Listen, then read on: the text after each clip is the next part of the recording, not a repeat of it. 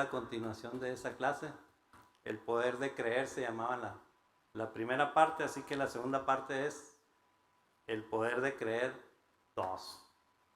Con el subtítulo de Dios habita en nosotros.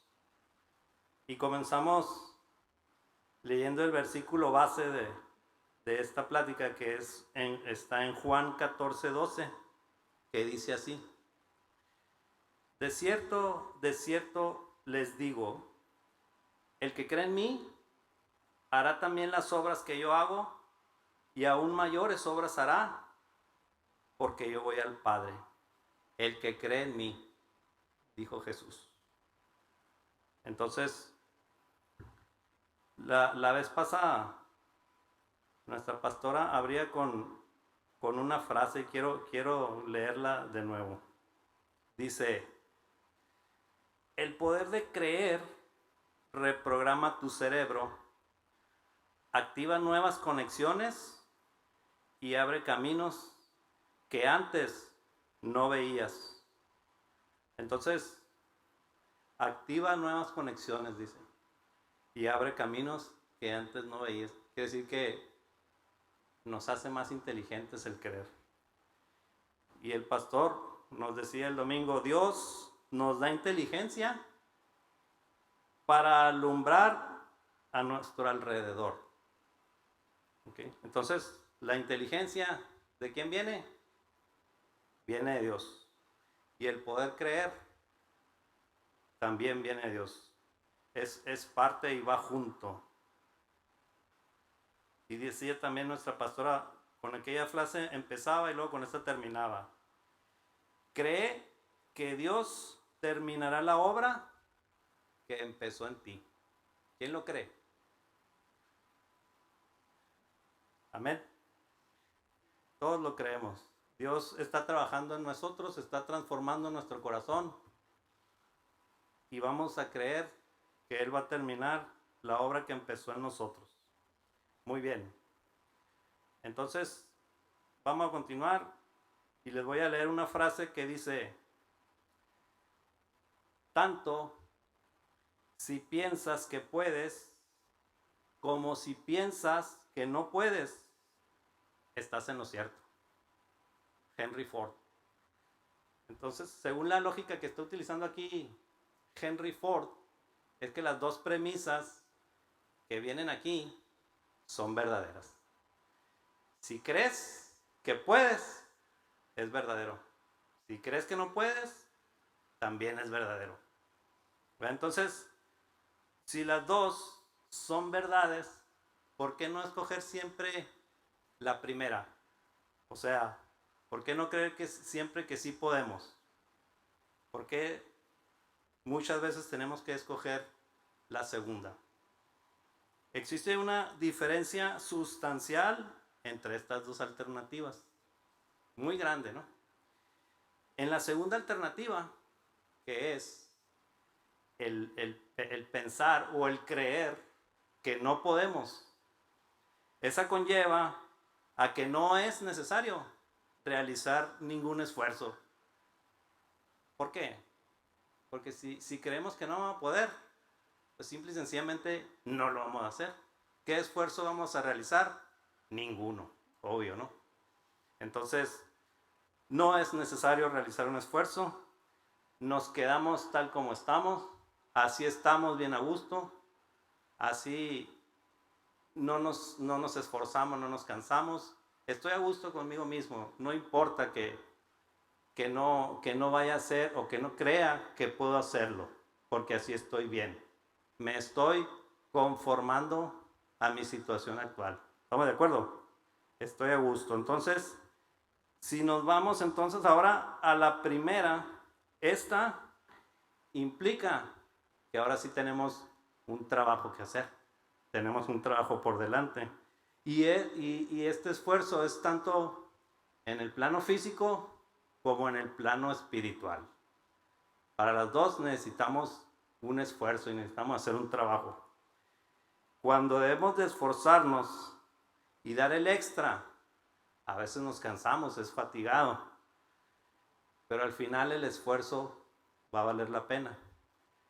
Dicen algunos expertos que el hacer el esfuerzo para llegar a una meta que nos hemos propuesto, creer que vamos a llegar y el luchar y esforzarnos por llegar, lleva un trámite, ¿no? O sea, lleva un camino que hay que recorrer. Y ellos dicen que la persona en que tú te estás transformando en ese camino, en ese esfuerzo que estás haciendo en la vida, es lo que realmente es lo que está valiendo la pena. El llegar a la meta es consecuencia de lo que te estás convirtiendo, al final de cuentas. El chiste es que te estás convirtiendo en una persona diferente, en una persona que va a creer y en una persona que para cuando se pone otra meta, ya sabe que la puede lograr. ¿Sí? Entonces, eso es lo que dicen. En esta ocasión, vamos a ver varios puntos que debemos tratar, ¿no? En cada uno de nosotros, en nosotros mismos, ¿no? En lo espiritual. De tal manera que podamos dar un paso más en el entendimiento del por qué a veces nos quedamos estancados y no crecemos. A veces no sabemos qué es lo que está pasando, pero estamos estancados, no estamos creciendo. Entonces, el chiste es saber y darnos cuenta qué es aquello que no nos deja avanzar. ¿Estamos de acuerdo? Voy a decirles algo que es duro, sí, pero es una realidad. Y tenemos que darnos cuenta que es necesario, entonces, poner nuestra atención, fijarla en aquellas cosas importantes que definen cómo va a ser nuestro andar en este mundo. Y estamos aquí, si estamos aquí ahorita, todos nosotros, es por la misericordia de Dios, ¿sí o no? Ok.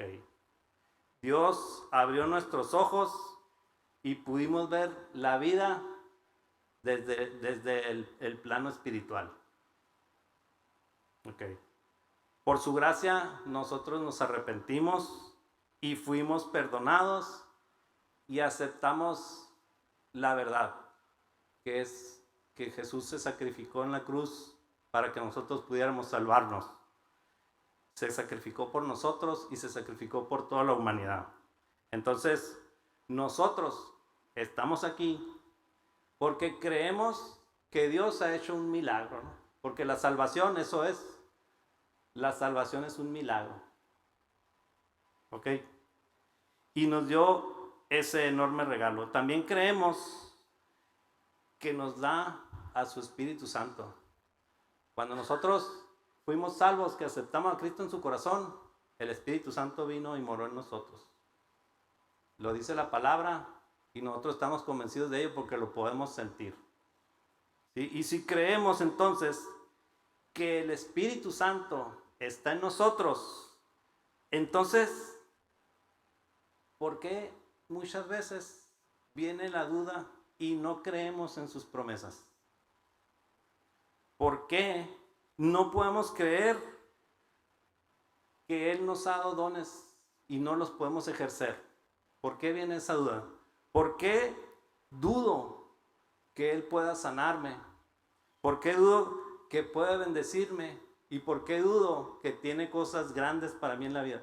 Muchas veces podemos creer que puede bendecir a alguien y cómo está siendo bendecido, cómo Dios tiene poder en su vida, cómo Dios hace esto, cómo Dios hace lo otro, pero no lo creo para mí. ¿Por qué viene la duda? ¿Por qué no podemos creerlo? Y a esto es a lo que me refiero. Ahorita que les dije que les iba a decir algo que es duro, pero es cierto. A Dios le desagrada que no le creamos. Vamos a verlo en las Escrituras. ¿Por qué les estoy diciendo esto? En Marcos 9 les voy a platicar el contexto, qué es lo que estaba pasando ahí. Acuérdense ustedes, al inicio del capítulo, Jesús toma a 3 de sus discípulos. Toma Pedro, a Jacobo y a Juan y los lleva a un monte. Los expertos piensan que era el monte Tabor, los estudiosos, porque está cerca de Nazaret y es donde se encontraba Jesús en aquellos momentos, ¿no? Con sus discípulos. Pero entonces sabemos que ahí lo que sucedió ahí, vino la transfiguración. Una vez que subieron al monte, Jesús se transfiguró y dice la palabra que se manifestó en él la gloria divina. Se veía blanco como la nieve, dice la palabra. Y vinieron Moisés y Elías y todos sabemos lo que sucedió ahí, ¿no?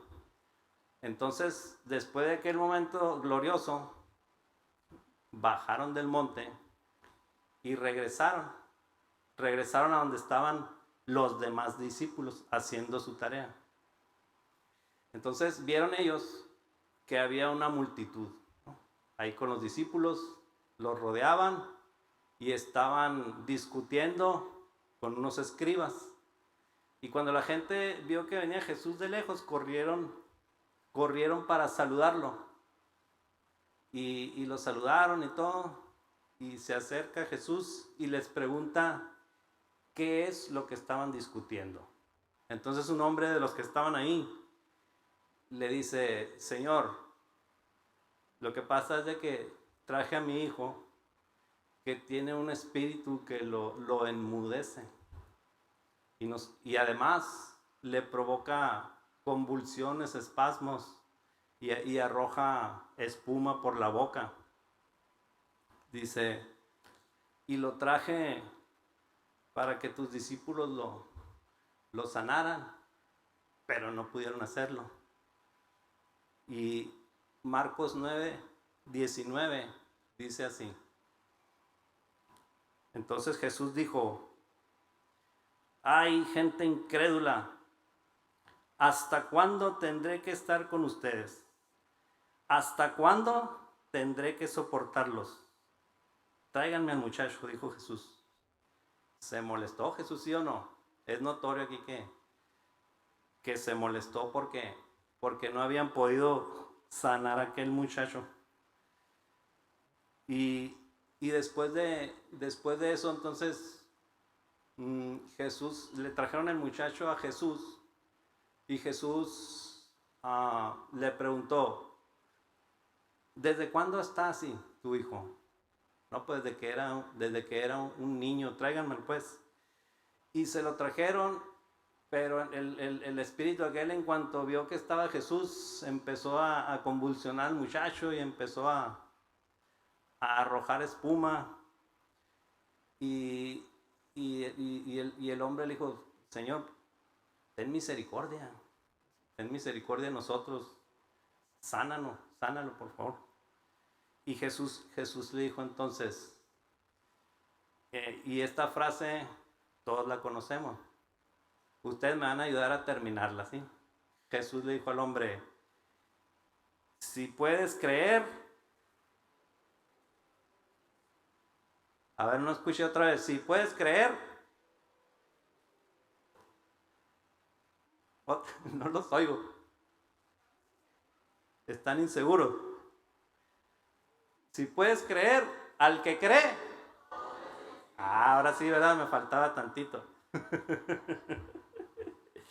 Si puedes creer, al que cree, todo le es posible. Entonces Jesús mandó al espíritu que saliera el muchacho y el muchacho fue sano.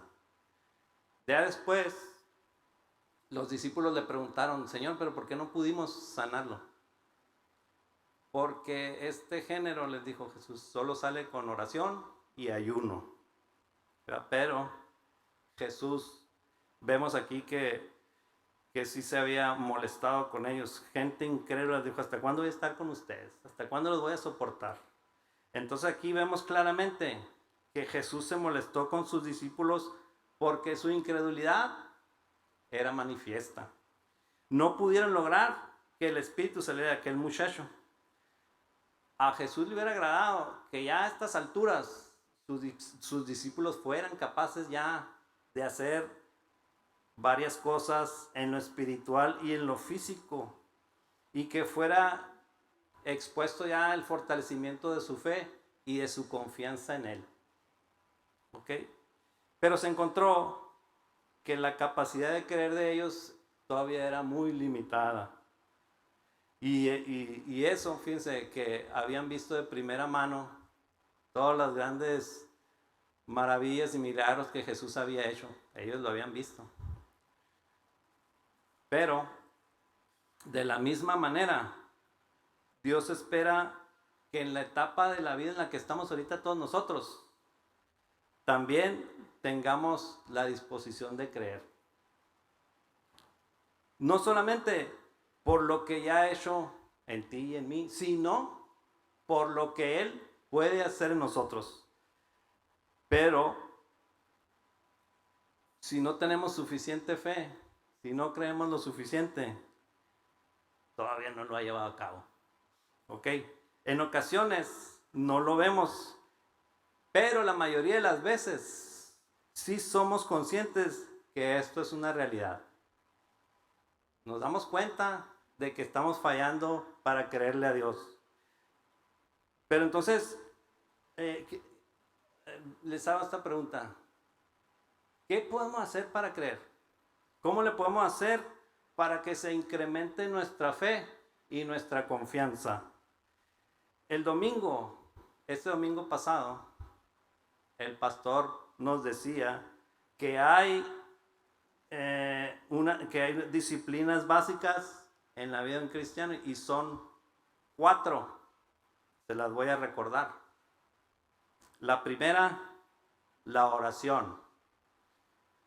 O sea, disciplinas básicas en la vida de un cristiano. La oración es la primera. La lectura de la Biblia es la segunda. El bautismo es la tercera. Y la necesidad de congregarnos o el hecho de congregarnos, ¿no? Esas son las 4. Okay. Cumplir con estas disciplinas es el punto de partida para nosotros, para seguir avanzando. ¿Sí? Esto, yo creo que lo mínimo que tendríamos que hacer nosotros ya como cristianos para seguir avanzando en el proceso en esta vida y permitir que Dios siga trabajando en la transformación de nosotros. Ahora, vamos a ver a continuación algunos puntos importantes que tienen que reforzar esto, ¿no? Que nos van a ayudar, estoy seguro que nos van a ayudar para darnos cuenta en qué aspectos de nuestra vida podemos mejorar para fortalecer nuestro espíritu en estas áreas. Primero, van a ser 3. Vamos a ver el primero. Pasos de fe, es el primero. Y ese lo vimos el jueves pasado con nuestra pastora. Vamos a repasar algunos puntos. No es suficiente creerle a Dios solamente. El creerle a Dios también debe llevar acción por parte de nosotros. Sí creo, pero también tengo que hacer.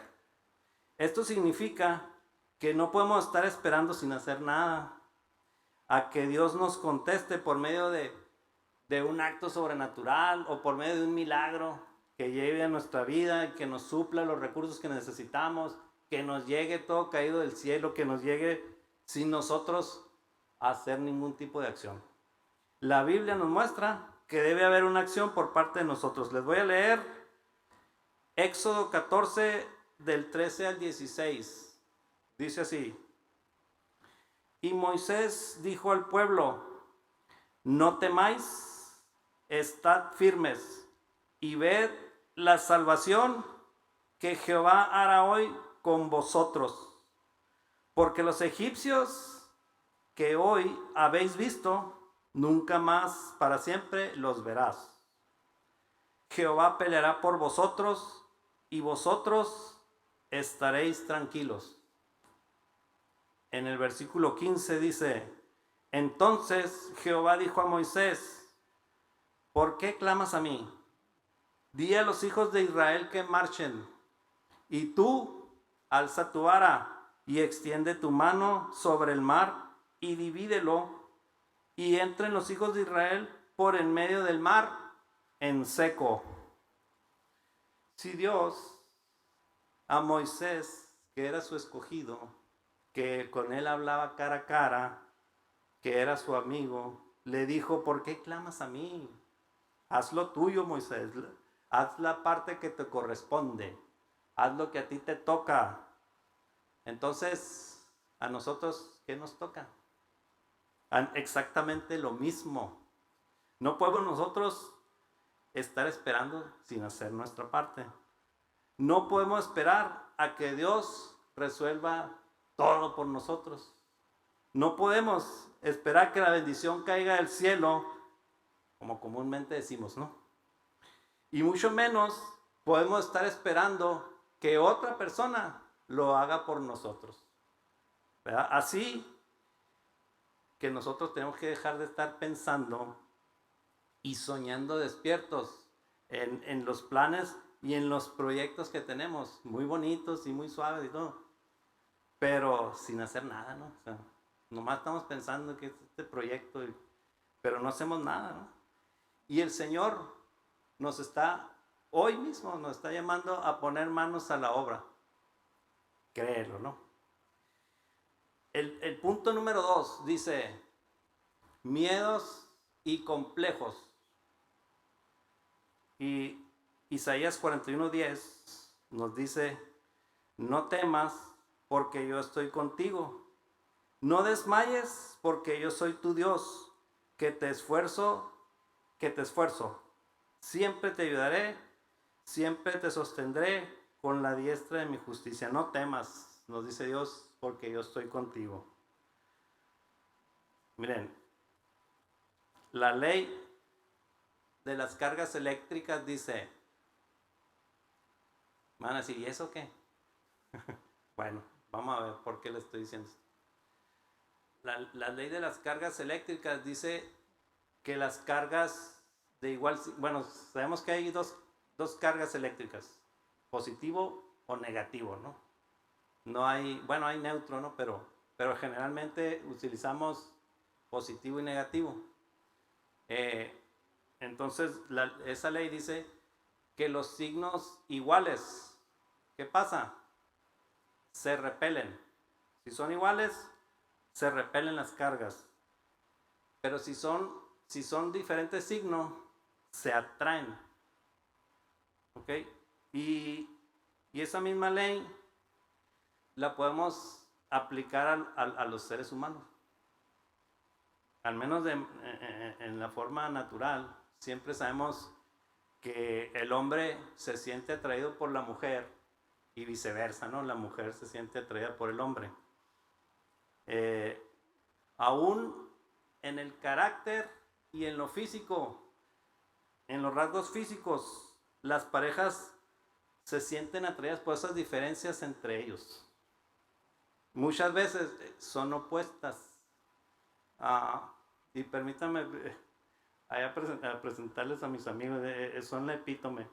Mi amigo Gastón e Inés. Quiero ponerlos como ejemplo, ¿no? Ellos son, pues mire, mi amigo es güerito, mi amiga es morenita, ¿verdad? Mi amigo se sube en el cohete y pues ¿quién lo alcanza? Y mi amiga es tranquila, take it easy, ¿no? Son opuestos y se atraen, y se atrajeron y bien, ¿no? Una bendición de Dios tenerlos como amigos, my friend. ¿Verdad? Entonces, pero si nos vamos al plano espiritual, en el plano espiritual ya no podemos hablar de esa misma regla. Ya no podemos decir que las cargas o que los opuestos se atraen. En el plano espiritual, más bien vamos a estar hablando de lo contrario. Lo semejante atrae a lo semejante y lo igual produce lo igual. Si estamos en pecado, ¿qué vamos? Y si estamos en pecado y andamos haciendo lo malo, ¿qué vamos a atraer? Lo malo. Pero si estamos viviendo en santidad, estamos haciendo las cosas bien, ¿qué vamos a atraer? Lo bueno, ¿sí o no? Y les quiero decir que el temor es fe en negativo. O sea, o es decir que el temor es lo contrario a la fe. Vamos a ver un ejemplo, ¿no? Estaba viendo un ejemplo de un hombre. Pasaba apenas la Segunda Guerra Mundial, allá en los 50s, y sobre todo en Medio Oriente, era muy común la enfermedad de la tuberculosis, que es una enfermedad de los pulmones, si no me equivoco, pastor. Ok. En aquel entonces este hombre era un jovencito que estaba yendo a la prepa. Y entonces en la clase de biología, el maestro les mostraba ahí unos frascos con huesos, de esos frascos que tienen, ¿cómo se llama el líquido ese para preservar? Formol. Y preservan ahí ciertos órganos, etcétera. Huesos, tenían los intestinos y quién sabe qué, y se los mostraba a los alumnos. Pero, como les decía, la tuberculosis era una enfermedad común en aquel entonces.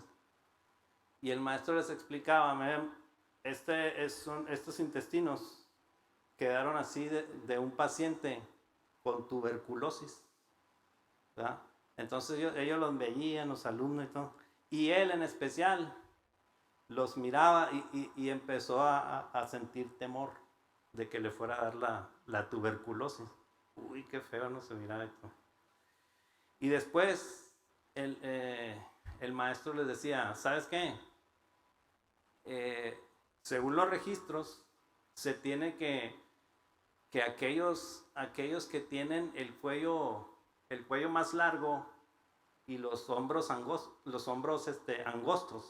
son más propensos para tener esa enfermedad de tuberculosis. Entonces ahí están todos los alumnos, ¿no? Midiéndose el cuello y lo grueso de los hombros. Y él dice, y resulta que yo tenía el cuello más largo que todos los demás. Y también los hombros angostos. Entonces se fue a su casa, está toda la tarde mirándose en el espejo a ver qué tan largo tenía el cuello y los hombros. Y él empezó en su mente a decir, me voy a enfermar. Y me voy a enfermar de tuberculosis porque tengo lo físico, pues, a los que le pega esa enfermedad. ¿Y qué creen que pasó? Se enfermó de tuberculosis. La atrajo la enfermedad con el puro temor que empezó a crearse en su mente. Fíjense usted, ¿cómo se le dice esa palabra que es mande? Sugestión o somático. Se sugestionó. Entonces convirtió ese temor en una realidad y contrajo la enfermedad. Y fue el único que contrajo la enfermedad de sus amigos, de la escuela, de ahí del grupo, etc. Sanó, ¿verdad? Después, sanó. Pero a lo que nos lleva el temor de estar repitiendo una y otra vez de lo malo que nos puede pasar o de lo que no soy capaz de hacer. Y eso se transforma también, lo podemos transportar también a otras áreas de la vida. ¿Verdad? Sobre todo cuando tenemos también complejos. Cuando tenemos complejos de que no puedo lograr ciertas cosas porque no tengo los atributos físicos o porque no tengo la suficiente capacidad intelectual para llevar a cabo ese proyecto, esa tarea, o porque no sé hablar, o porque no sé hacer esto, no tengo la habilidad. Muchas veces nosotros como varones tenemos tenemos muchos temores y tenemos muchas cosas que nos guardamos para nosotros mismos y no las externamos a los demás. Sentimos la necesidad de proteger a la familia y muchas cosas nos las guardamos para nosotros mismos. Muchas veces las broncas que traemos no las conocen nuestros cónyuges o no las conocen la gente más apegada a nosotros, porque así es la naturaleza de nosotros, de los hombres. No hablamos mucho de nuestras cosas y no externamos mucho los temores o las cosas o los complejos que nos pueden estar dando temor. Y muchas veces por querer proteger a la familia no le contamos ciertas cosas que nos están ocurriendo para no asustarlas, para no preocuparlas y todo eso, ¿no? Así somos, así es la naturaleza de uno. Y entonces esos temores y esos complejos también muchas veces nos pueden llevar a que nos sintamos incapaces de realizar muchas cosas que podemos tener. Y todos tenemos diferentes temores, pues. Todos somos diferentes. Estamos viviendo con temor. Y si vivimos con temor, es abrir una puerta en el alma para que el enemigo venga y entre. El enemigo ve la oportunidad ahí. Y como el temor dijimos que es lo opuesto a la fe, pues entonces el enemigo dice, de aquí soy. ¿Qué es la fe? La fe es la esperanza de lo que no se ve, la convicción de lo que no se ve, ¿verdad? La certeza y la convicción de lo que no podemos ver. O sea, yo creo en Dios por fe. Pero si viene el enemigo y encuentra que tenemos temor, pues entonces se aprovecha para empezar a bombardearnos, de atacarnos con muchas cosas, para ese temor incrementarlo y hacernos incapaces de creer. Y acuérdense que ¿qué dijimos? Que la incredulidad a Dios le molesta. ¿Ok? Cada uno de nosotros tiene luchas en su vida. Eso que ni qué. Y muchas veces esas circunstancias son parecidas.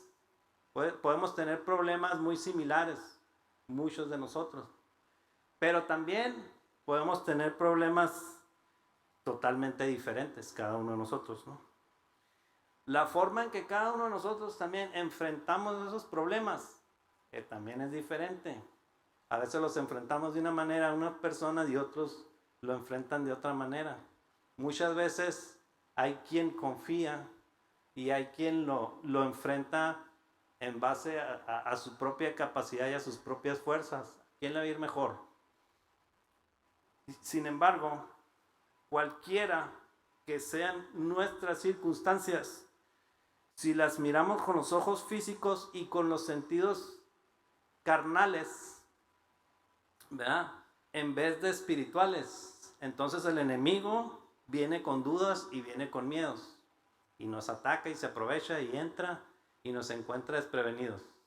Decimos con la guardia baja, ¿no?, para que nos entre la izquierda en la quijada. Pero si cerramos los ojos y miramos a Dios y dejamos que sea nuestro sentido espiritual el que fluya, entonces es como cuando comenzamos a creer. Si no perdemos ese miedo que tenemos a las circunstancias y nos sentimos incapaces de actuar ante la adversidad y los retos, entonces nunca vamos a poder desarrollar nuestra fe. Y el Señor no puede manifestarse en nosotros si no sometemos nuestros temores a Él. Si no dejamos nuestros temores, el Señor no se va a manifestar en nosotros. Estamos teniendo una fe negativa. O sea, le estamos dando paso al temor. El Señor no puede actuar en nuestra vida si tememos, porque el temor nos lleva a que no creamos. Y si no creemos, el Señor no puede trabajar en nosotros.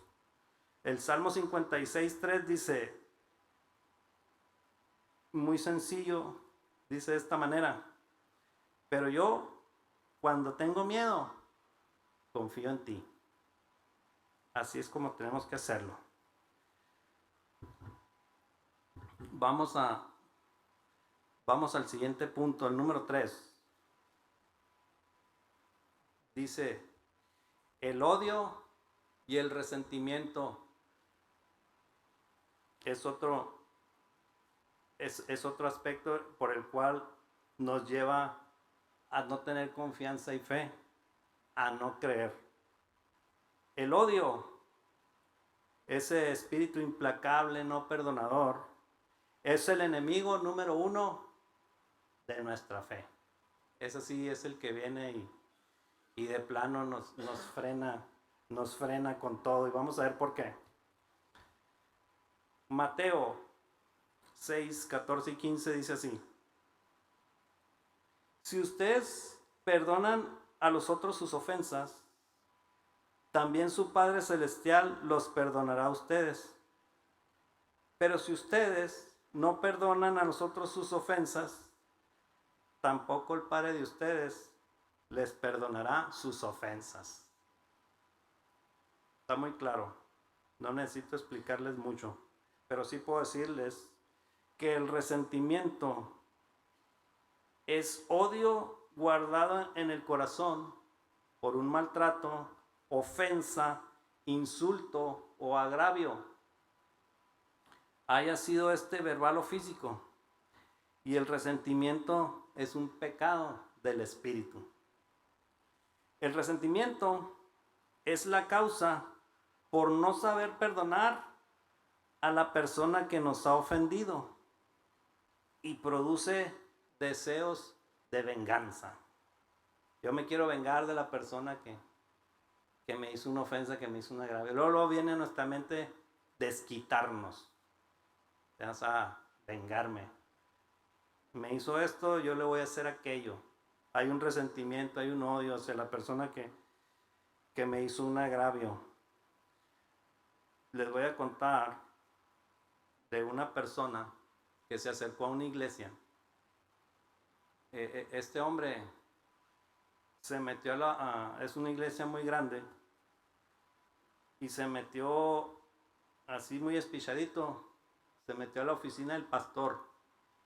No tenía cita, no tenía nada. Era una iglesia grande donde tenían que hacer cita con el pastor para que los pudieran atender, porque hay mucha gente, ¿no? Tenía que haber un orden. Y este hombre se metió a la oficina sin tener cita ni nada, y se sienta, y traía un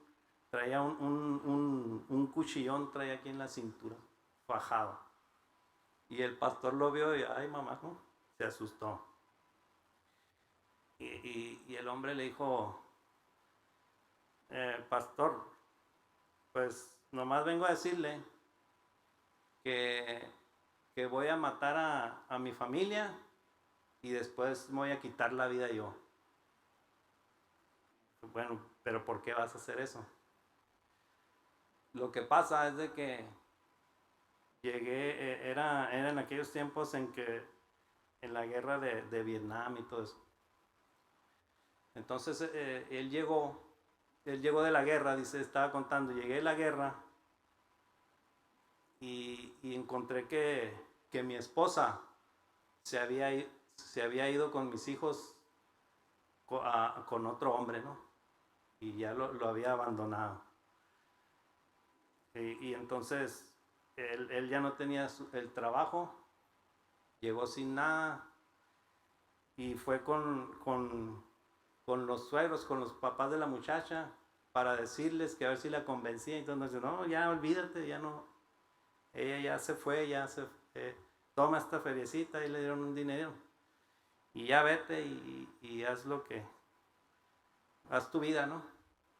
Entonces este señor le dio un coraje tremendo y sintió deseos de vengarse, ¿no? de la familia. Y aparte se había enfermado, tenía una enfermedad muy severa, y entonces es por eso que decidió, dijo, pues traigo mucho coraje, mucho resentimiento y pues es lo que voy a hacer.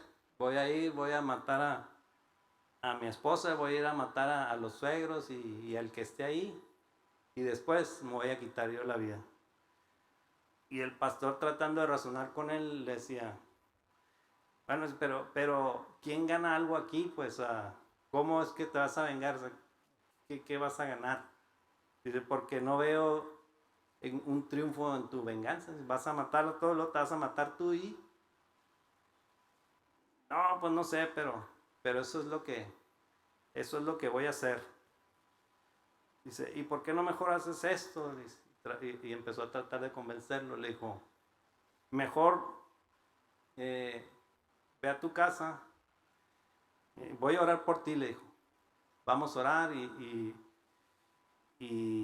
ve a tu casa y lo mejor que puedas hacer, dice, como algo mucho más satisfactorio que la venganza, es de que tú empieces desde abajo otra vez y empieces a trabajar y empieces a esforzarte y salgas adelante y que vea tu familia que estás siendo un hombre exitoso y que vea en lo que te estás convirtiendo. Eso sería mucho más satisfactorio para ti. Y empezó a razonar con él y a explicarle y todo, oró por él.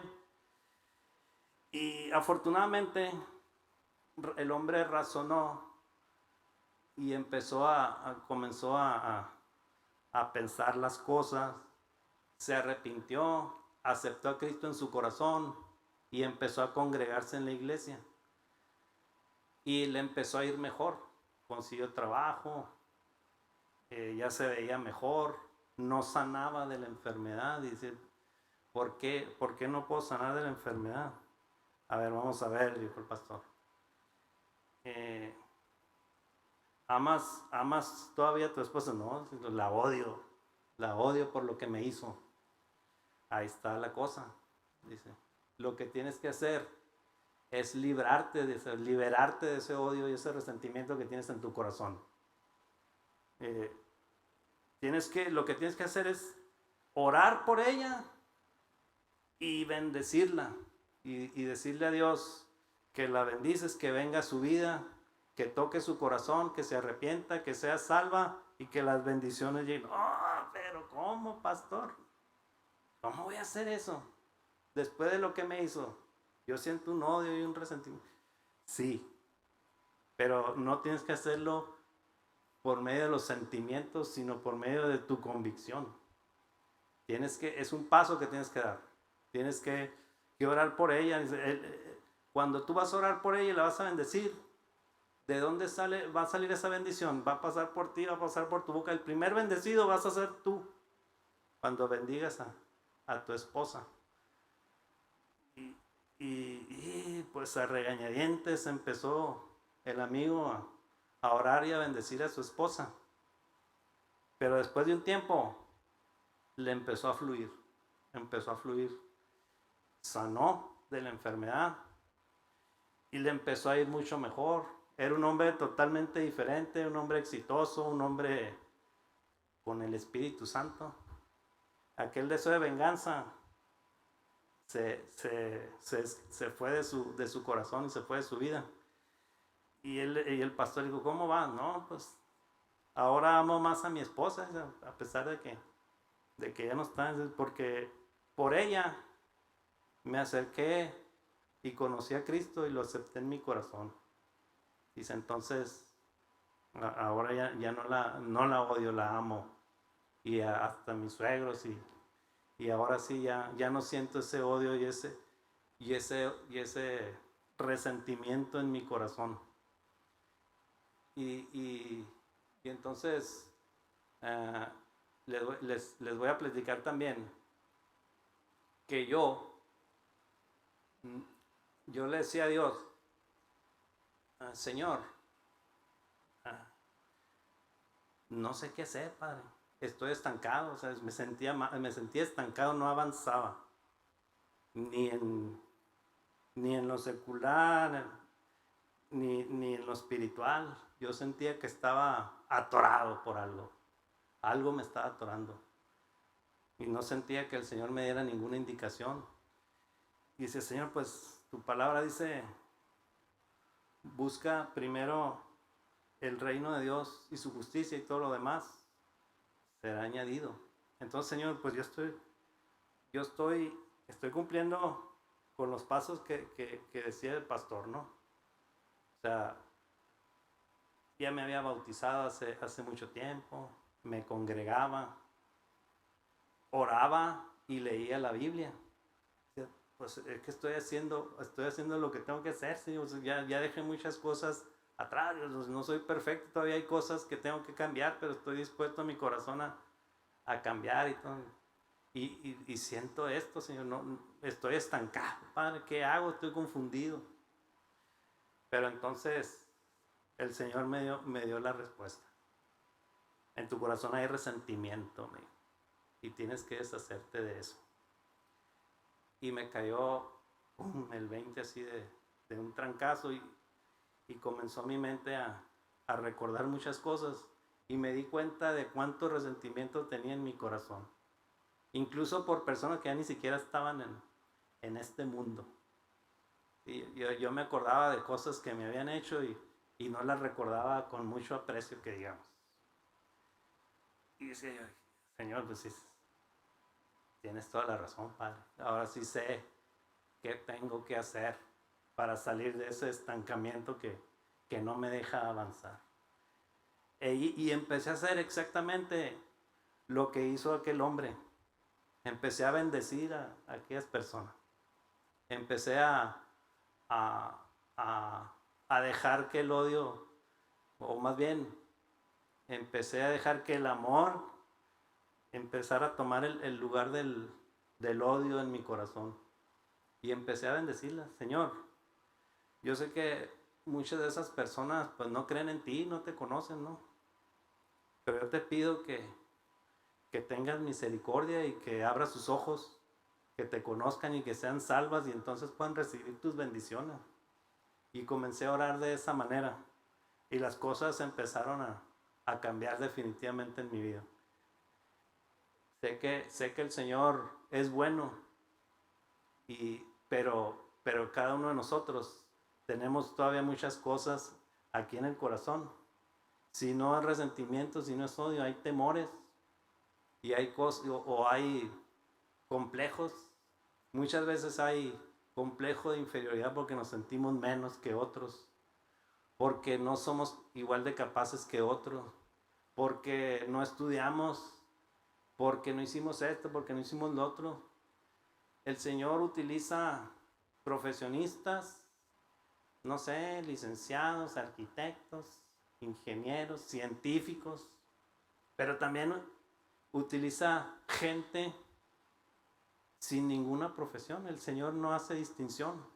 Él ve la disposición del corazón de las personas para utilizarlos y para trabajar con ellos y para transformarlos.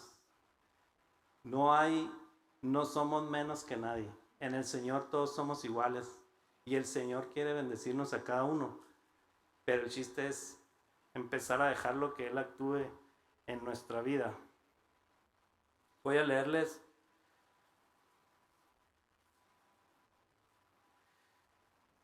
ya casi terminamos. El último versículo que traigo.